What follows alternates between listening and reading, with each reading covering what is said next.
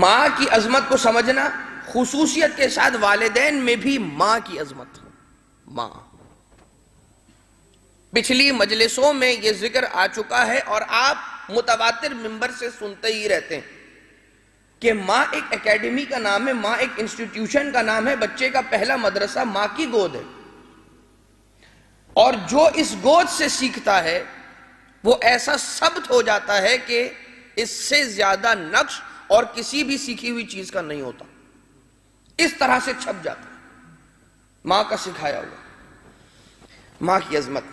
ہمارا جو معاشرہ ہے کبھی کبھار ایسا ہوتا ہے، ایسے تو وقت کے گزرنے کے ساتھ ساتھ جو مین ڈومینیٹڈ معاشرہ ہے وہ آہستہ آہستہ آہستہ آہستہ تبدیلی کی طرف بڑھ رہا ہے.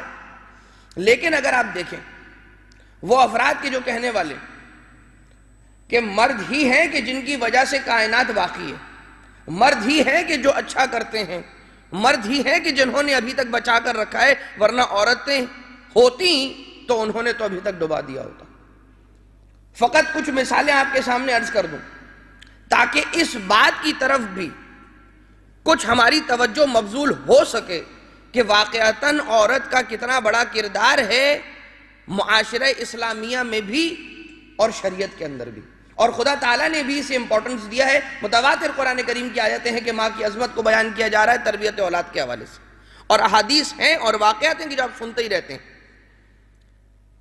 سرزمین پر، کرۂ ارض پر، خطہ ارض پر پہلا قاتل قابیل مرد تھا. کشتی نوح سے بغاوت کرنے والا، نوح نبی خدا سے بغاوت کرنے والا فرزند نوح مرد تھا. حضرت موسیٰ علیہ السلام کو آوارہ وطن کرنے والا مرد تھا. ابراہیم علیہ السلام کو آتش نمرود میں دھکیلنے والا نمرود مرد تھا. ختمی مرتبت پر طعنہ اور طنز کرنے والا ابو لہب مرد تھا. تو دوسری جانب فرعون کے قصر میں رہ کر موسیٰ کی تربیت کرنے والی آسیہ عورت تھی. حضرت ابراہیم علیہ السلام کے ساتھ سخت حالات میں بھی ہجرت کرنے والی ہاجرہ تھی، عورت. حضرت عیسیٰ علیہ السلام کو یہودیوں سے بچانے والی ماں مریم عورت تھی. اور کائنات کے رسول کو زندگی کا سکون عطا کرنے والی اور کوئی نہیں بلکہ ام المومنین خدیجہ کبریٰ سلام اللہ علیہا تھی.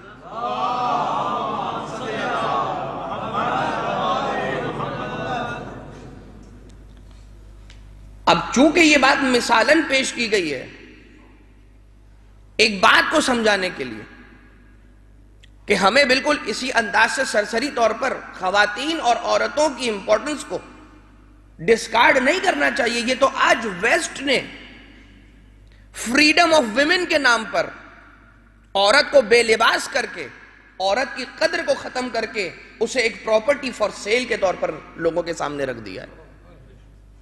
ایک پراپرٹی ہے کہ جسے سیل کر دیا جائے، بیچ دیا جائے، استعمال کر دیا جائے اور اس کے بعد پھینک دیا جائے ٹیشو پیپر کی طرح. مگر اسلام نے کیا تعظیم اور تکریم عطا کی ہے عورت کو.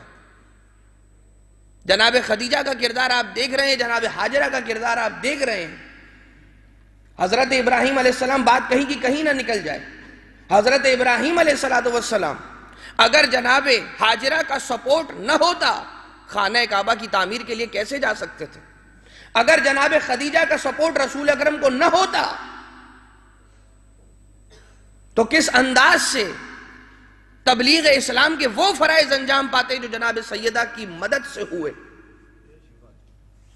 حضرت مریم سلام اللہ علیہا کا کردار دیکھیے، تاریخ اٹھا کر ماؤں کا کردار، عورتوں کا، خواتین کا کردار دیکھیے، اور اسلام کا وہ تعظیمی رویہ دیکھیے، سلوک دیکھیے خواتین کے ساتھ. بہرحال اور اس دنیا کے اندر ایک جملہ اور سن لیجئے، اس دنیا کے اندر برے باپ کی اچھی اولاد تو مل جائے گی مگر بری ماں کی کبھی اچھی اولاد نہیں ملے گی.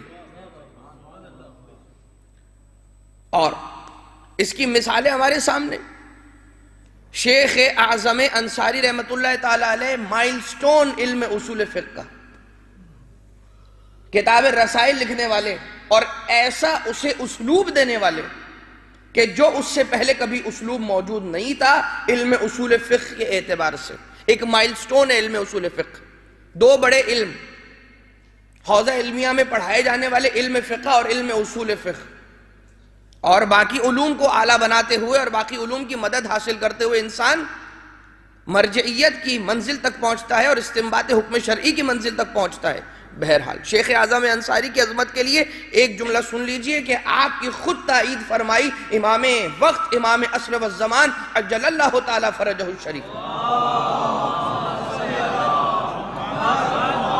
اس وقت کے جب آپ اپنے اس آفس میں یا مکتب میں تشریف فرما تھے کہ جہاں پر لوگ آپ سے ملنے کے لیے آیا کرتے تھے، ایک شخص آیا، ایک انونیمس شخص داخل ہوا، ایک نامعلوم فرد داخل ہوا کہ جسے کوئی اس مجمع میں نہیں پہچانتا تھا۔ مجمع کو چیر کر جناب شیخ اعظم انصاری کے پاس آ کر کھڑا ہوا، شیخ اعظم سے ایک سوال پوچھا، ایک مشکل سوال، دقیق سوال، کہ جس سوال کا جواب کتابوں میں تو نہیں تھا، یا اگر تھا تو کمال یہ تھا کہ شیخ کو اپنا دماغ اور وہ سارا کا سارا علم، کہ جس علم کو حاصل کرنے کے لیے اپنی ساری زندگی بھی لگائی اور توانائیاں بھی لگائیں، اسے استعمال کرنا تھا اور جواب نکالنا تھا۔ وہ جواب دیا اس آنے والے کو، آنے والے نے جواب کو سنا، داد و تحسین دی اور کہا کہ تم یقینی طور پر وہ ہو کہ جس پر ہم اعتماد کر سکتے ہیں، اور تم یقینی طور پر مجتہد اور مرجع ہو۔ انت مجتہد حقا۔ شیخ اعظم کے انتقال کے 100 سال بعد اور کوئی یہ دعویٰ کرنے کو تیار نہیں تھا کہ شیخ اعظم کے بعد اب میں ہوں کہ جو علم ہے ان کے برابر یا ان سے اوپر، لہٰذا اب میری تقلید کی جائے۔ کوئی نہیں تھا یہ کہنے والا۔ شیخ اعظم انصاری کے انتقال کے 100 سال بعد تک بھی یہی شیخ اعظم جب ان کی والدہ کا انتقال ہوا تو آ کر جنازے پر بیٹھ کر ایسے رو رہے تھے، ایسے بلک رہے تھے، اور اس انداز سے سسکیاں لے رہے تھے کہ جھٹکے لگ رہے تھے۔ آ کر کسی نے کہا کہ یہ جو انداز ہے آپ کا، آپ اس وقت ملت تشیع کی سب سے بڑی ہستی ہیں، اور لوگ آپ کو دیکھ رہے ہیں، آپ توجہ کا مرکز بن رہے ہیں۔ غالباً اگر یہ جملہ کہہ دوں، آپ بچوں کی طرح سے رو رہے ہیں اپنے ماں کے جنازے پر، یہ آپ کے شایع نشان نہیں ہے۔ ایک مرتبہ چہرہ اٹھایا، آنکھیں نم ہیں، ریش تر ہے، رو رہے ہیں اور کہتے جاتے ہیں کہ اے میرے دوست، تو یہ کہہ رہا ہے کہ اس ماں پر گریہ نہ کروں، میں جو آج جس مقام پر ہوں، اگر اس ماں کی تربیت نہ ہوتی تو میں آج شیخ اعظم انصاری نہیں ہوتا۔ اس انداز سے تربیت کرتی ہیں کہ جب کسی نے آ کر شیخ اعظم سے سوال کیا کہ آپ کو تو بڑی خوشی ہوتی ہوگی کہ آپ کا بیٹا اس مقام پر فائز ہو گیا، تو کوئی تعجب نہ کیا، کسی تعجب کا اظہار نہ کیا، اور کہا یہ تو مجتہد بن گیا، اگر منزل نبوت پر فائز ہو گیا ہوتا تو بھی تعجب نہ ہوتا کہ میں نے اس کی ایسی تربیت کی ہے، جو کہ محال ہے۔ منزل نبوت پر کون فائز ہو سکتا ہے؟ لیکن یقین دیکھیے اس ماں کا کہ وہ جانتی ہے کہ میں نے اپنے بچے کی کیسی تربیت کی ہے، کہ خدا تعالیٰ اسے بلند ترین مقام بھی دے سکتا ہے۔ کوئی ایسا وقت نہ تھا کہ جب دودھ پلا رہی ہوں اور عالم طہارت میں نہ ہو، طہارت کے ساتھ تشریف لے جانا اور اپنے بیٹے کو دودھ پلانا اور غذا اس کی فراہم کرنا۔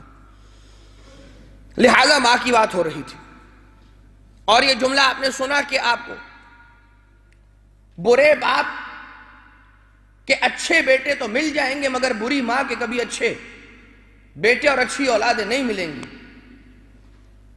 لہذا اگر دیکھنا ہو تو معیار ماں کو بنانا، حسب و نسب کھل جائے گا۔